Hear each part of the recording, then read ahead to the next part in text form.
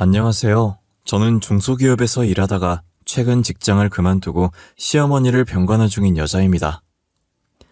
제가 시어머니 병간호를 하다가 잠깐 시간이 날 때면 이곳에 올라오는 사연들을 종종 듣곤 하는데요.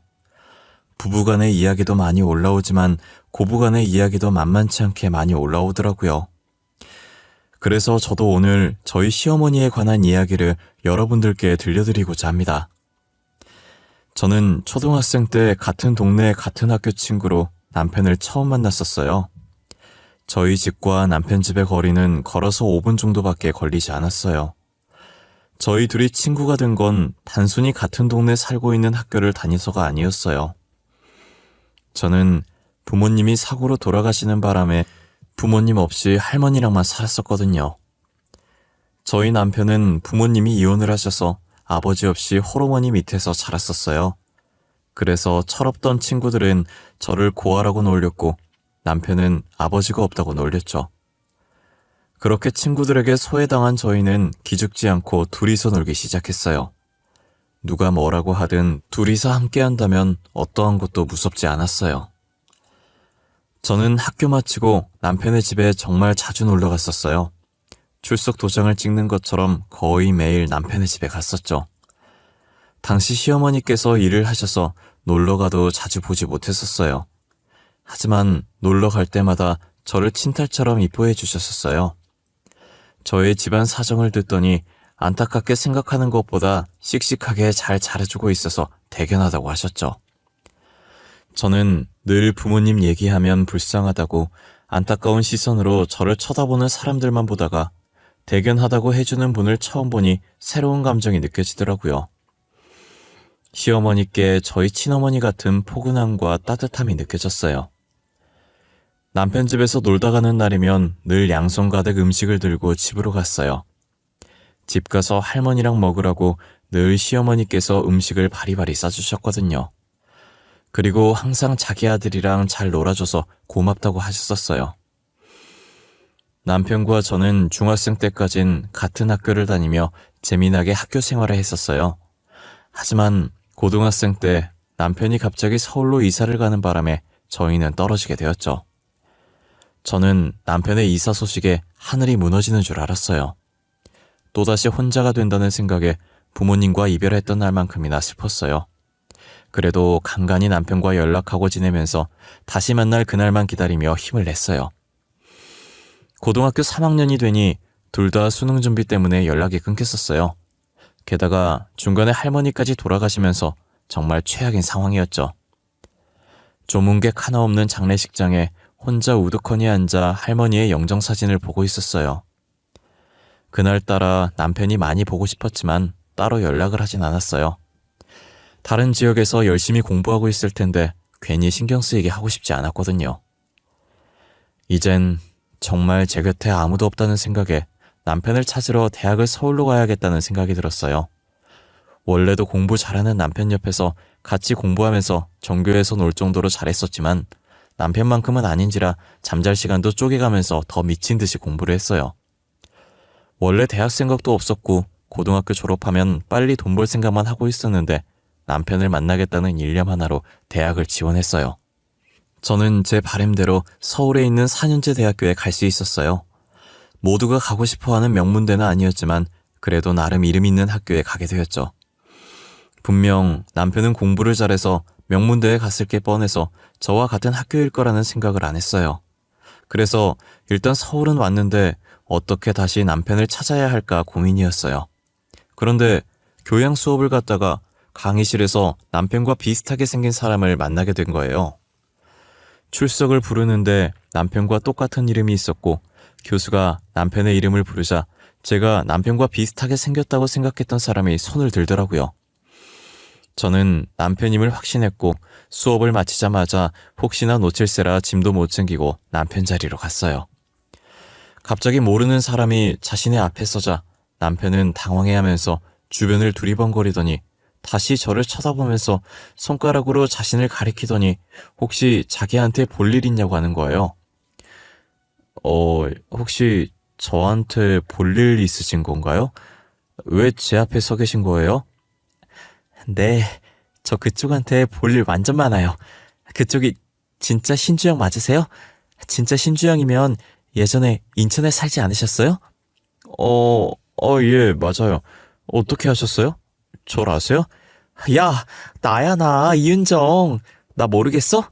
왜, 띵띵초등학교, 띵띵중학교 같이 다녔잖아. 너네 집에도 놀러 다니고, 우리 딱 3년 못 봤는데, 벌써 내 얼굴 잊은 거야? 네? 이윤정?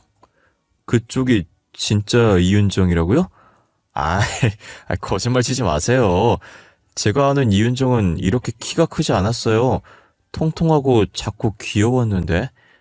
야, 나도 중학교 내내 키가 안 자라서 성장판 다친 줄 알았거든.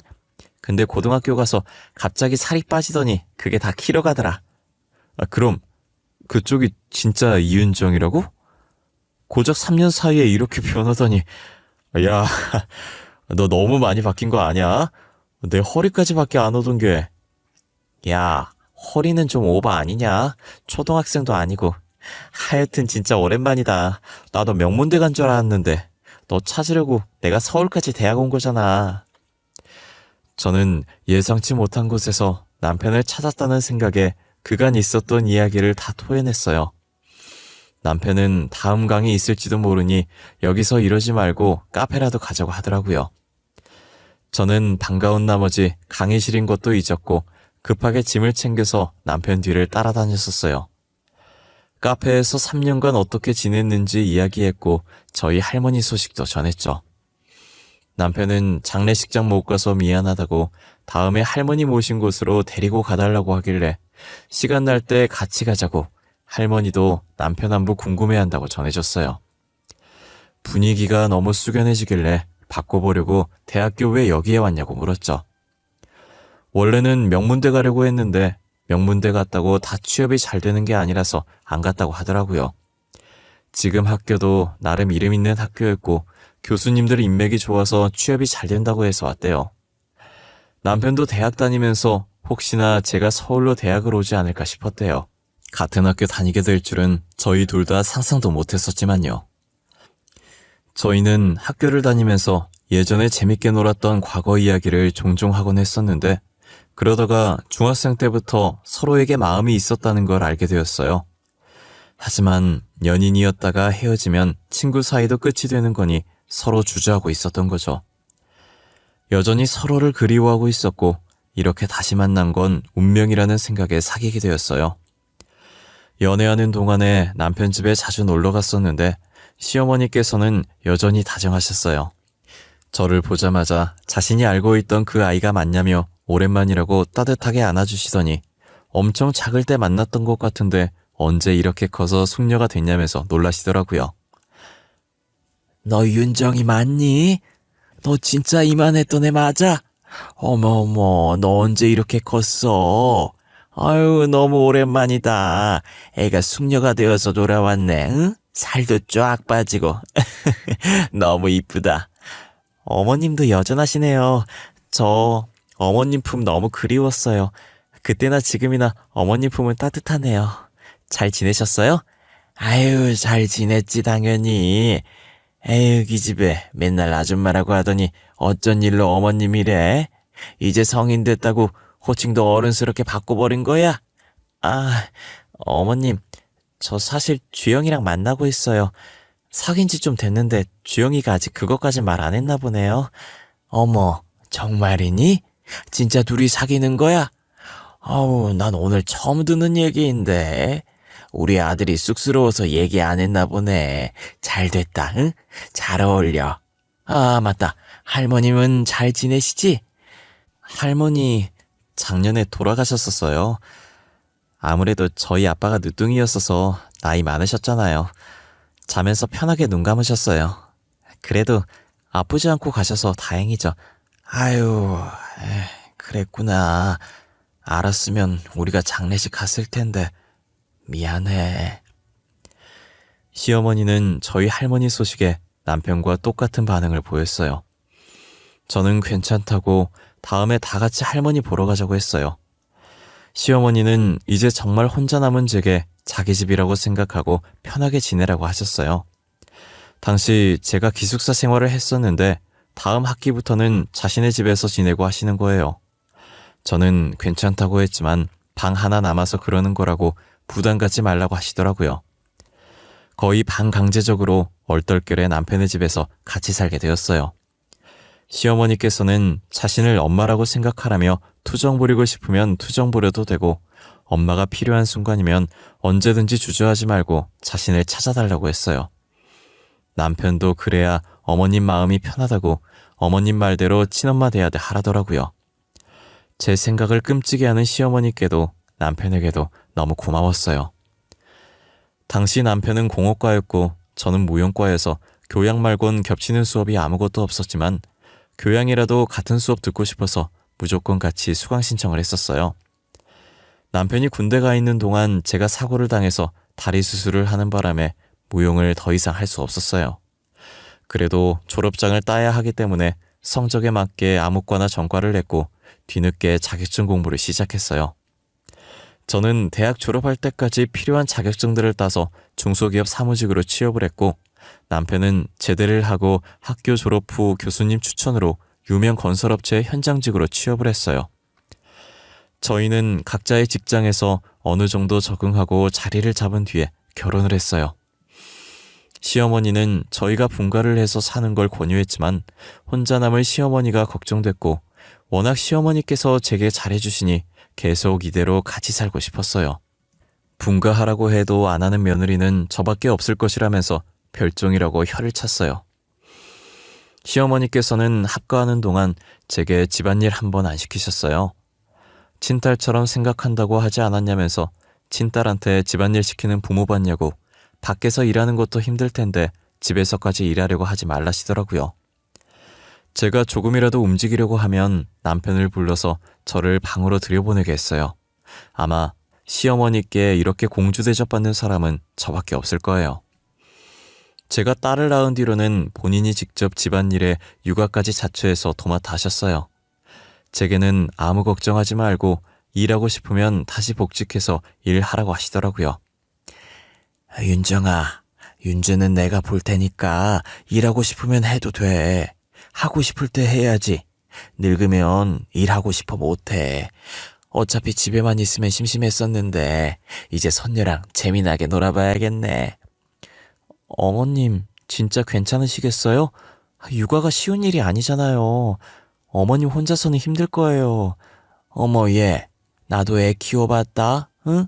나 육아는 너보다 선배야. 주영이도 나 혼자서 키웠는데 윤주 하나 못 키우겠어? 내 걱정할 거면 접어라. 너가 돈 벌어야 나도 맛있는 거 사 먹지. 그치 윤지야?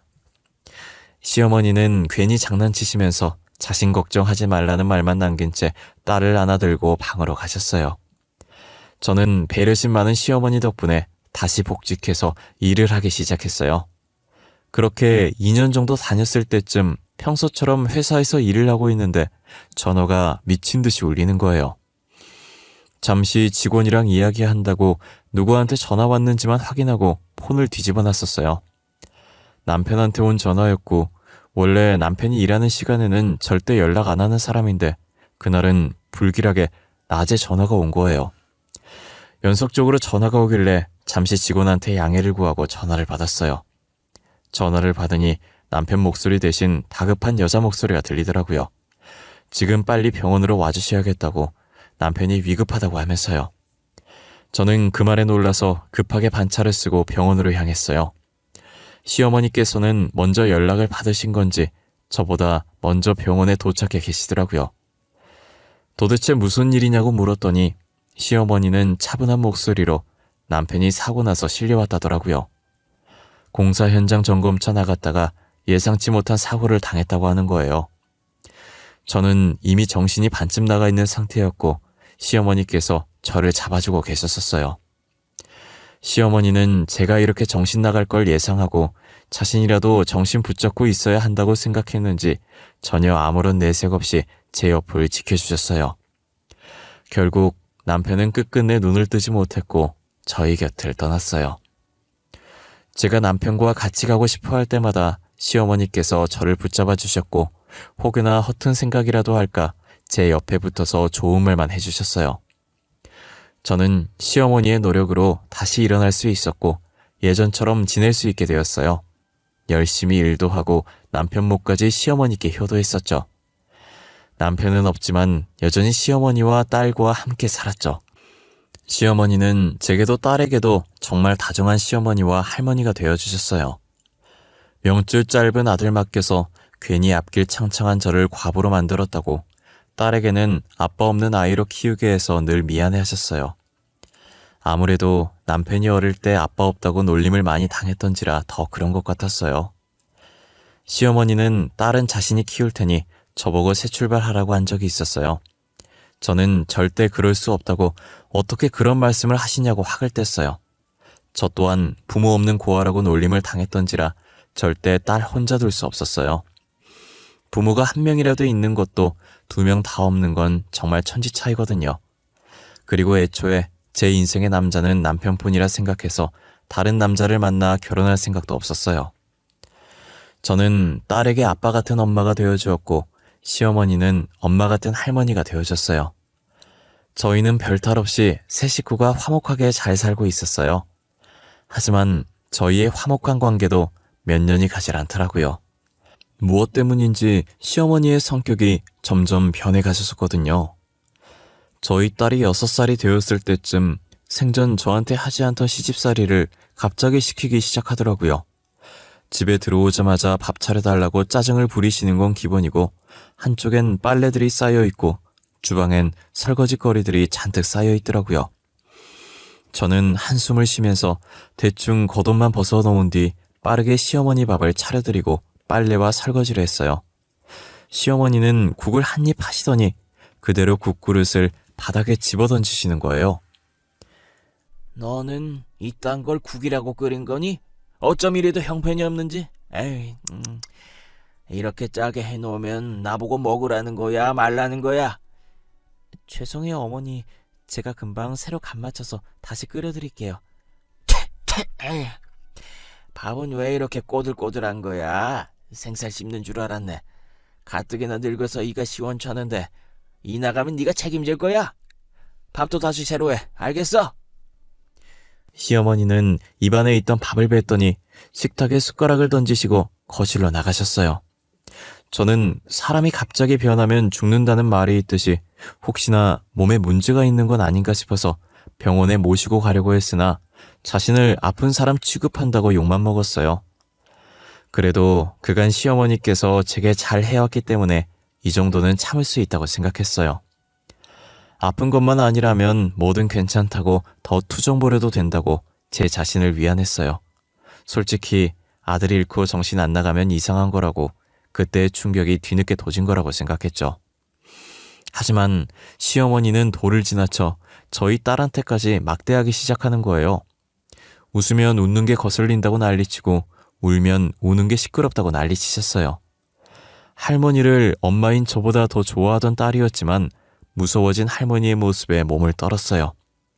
이대로 있다간 딸아이의 정신건강에 좋지 않을 것 같아서 시어머니와 따로 살아야겠다는 마음을 먹었죠.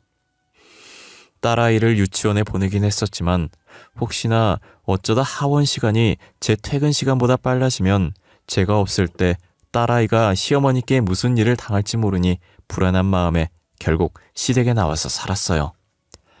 딸과 저는 1년 동안 아무 문제 없이 잘 살고 있었어요.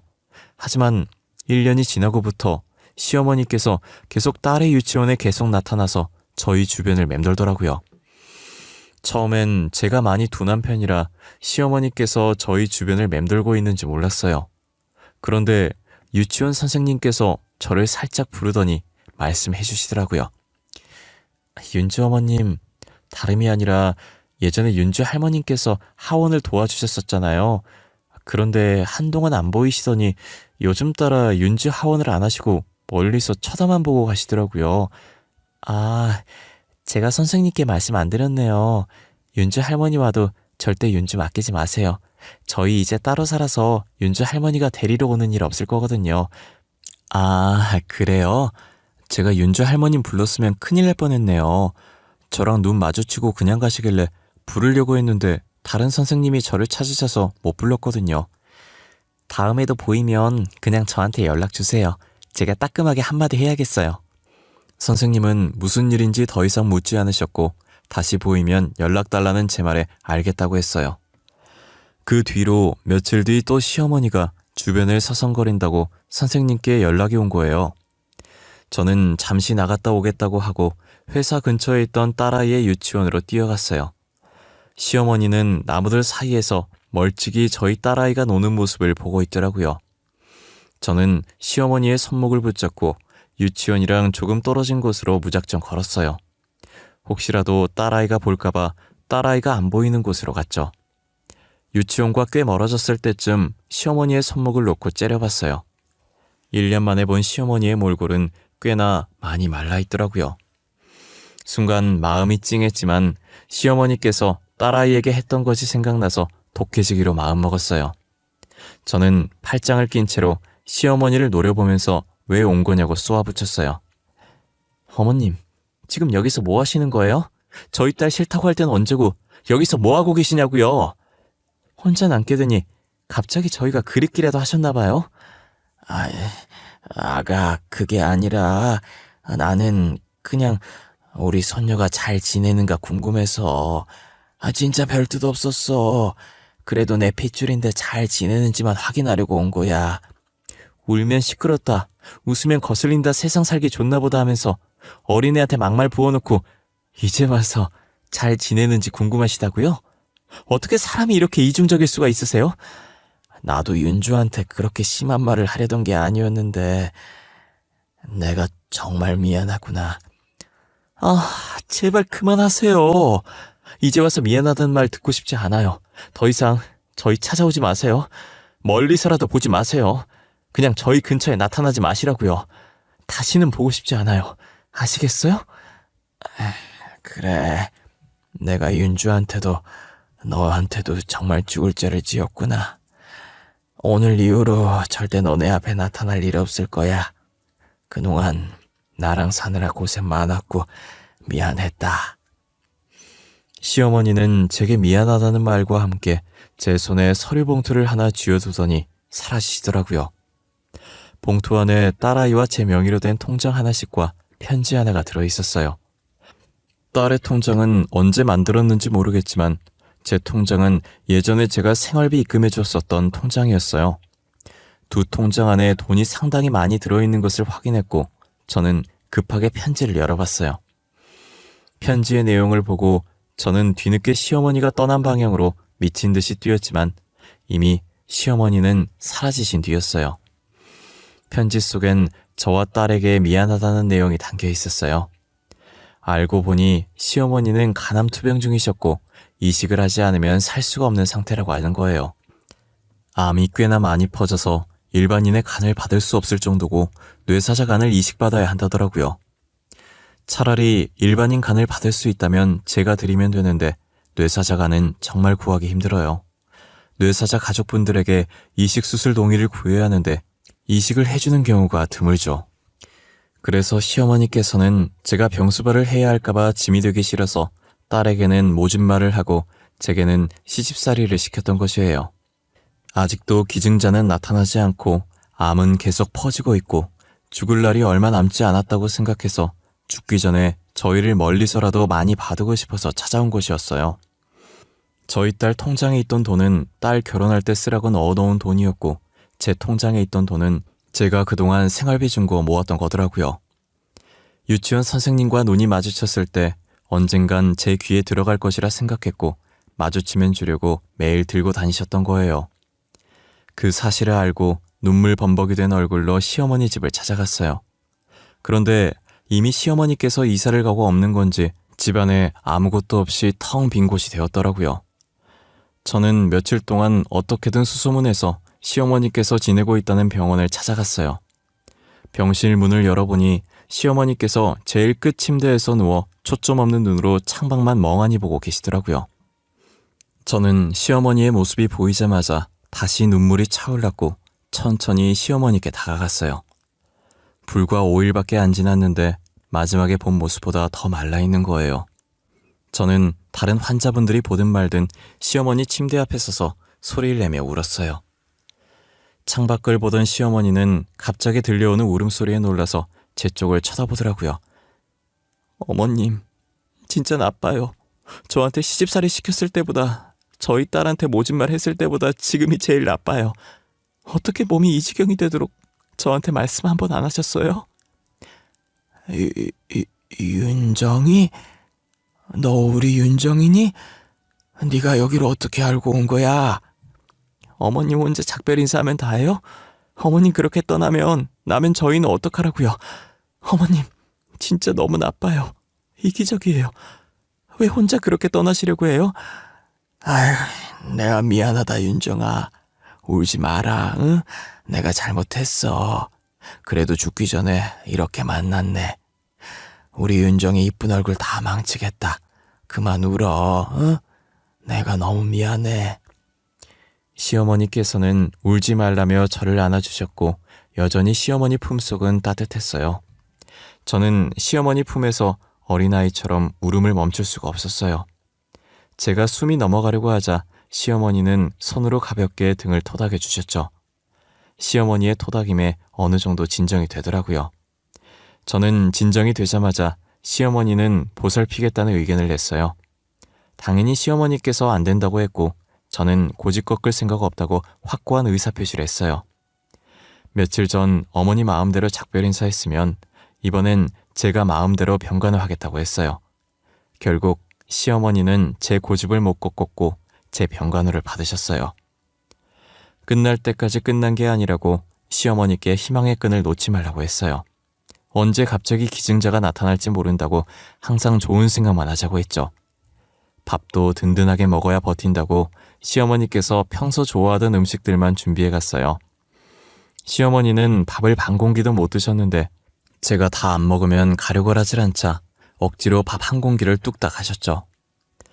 제가 병간호 한 뒤로 몸에 좋다는 건 다 챙겨 먹이니 시어머니는 조금씩 살이 붙었고 혈색도 좋아졌어요. 저희 딸도 하원하고 와서 유치원에 있었던 일을 시어머니 앞에서 조잘조잘 떠들어요. 처음엔 가기 싫어했는데 할머니 예전 모습으로 다시 돌아왔다고 하니 웃으면서 저를 따라오더라고요. 지금은 시어머니 옆에 붙어서 떨어지려고 하질 않아요. 끝날 때까지 끝난 게 아니다. 이 말이 진짜 맞는 말인 건지 얼마 전 시어머니께서 간을 기증할 분이 나타났다고 하셨어요. 기증자는 뇌사자셨는데 평소 장기 기증에 관심이 많던 분이라 가족들이 그분의 뜻을 따라 기증을 하기로 결정하셨다고 하더라고요. 저희 가족은 종교도 없으면서 기증자가 나타났다는 소식에 신이란 씨는 다 불러서 감사하다고 했어요. 지금은 수술이 성공적으로 끝나서 병원에서 입원 치료 중이에요. 의사 선생님이 수술 후 경과가 좋다고 조금 있으면 퇴원할 수 있다고 하시더라고요. 얼른 시어머니께서 퇴원을 하셔서 저희와 다시 함께 사셨으면 좋겠어요. 시어머니께서 퇴원하시게 되면 어머님 건강 생각해서 저희는 공기 좋은 곳으로 이사를 가려고 해요. 그리고 다시는 병이 재발하지 않도록 제가 옆에서 많이 신경 쓰려고요. 시어머니께서는 그럴 필요 없다고 하셨지만 저는 시어머니와 함께 오래도록 살 생각이라 아무리 반대하셔도 공기 좋은 곳으로 이사를 갈 거예요. 제가 벌써 다 알아보고 미리 받은 집도 있거든요. 시어머니께서 살아계시는 동안에 시어머니를 위해서 살려고요. 아무것도 모른 채 시어머니를 떠나보낼 뻔했는데 만약 진짜 그랬으면 엄청 후회했을 거예요. 이렇게 제 옆에 살아계신 걸 감사하고 이 시간들을 소중하게 생각하며 살아가려고요. 제 이야기는 여기까지입니다. 여러분들도 부모님께서 살아계실 때 사랑한다는 말 한 번이라도 더 해주시길 바래요. 떠나고 나서 후회해봤자 아무 소용이 없잖아요. 지금까지 제 이야기 들어주신 모든 분들께 감사하고 늘 건강하시길 바랄게요.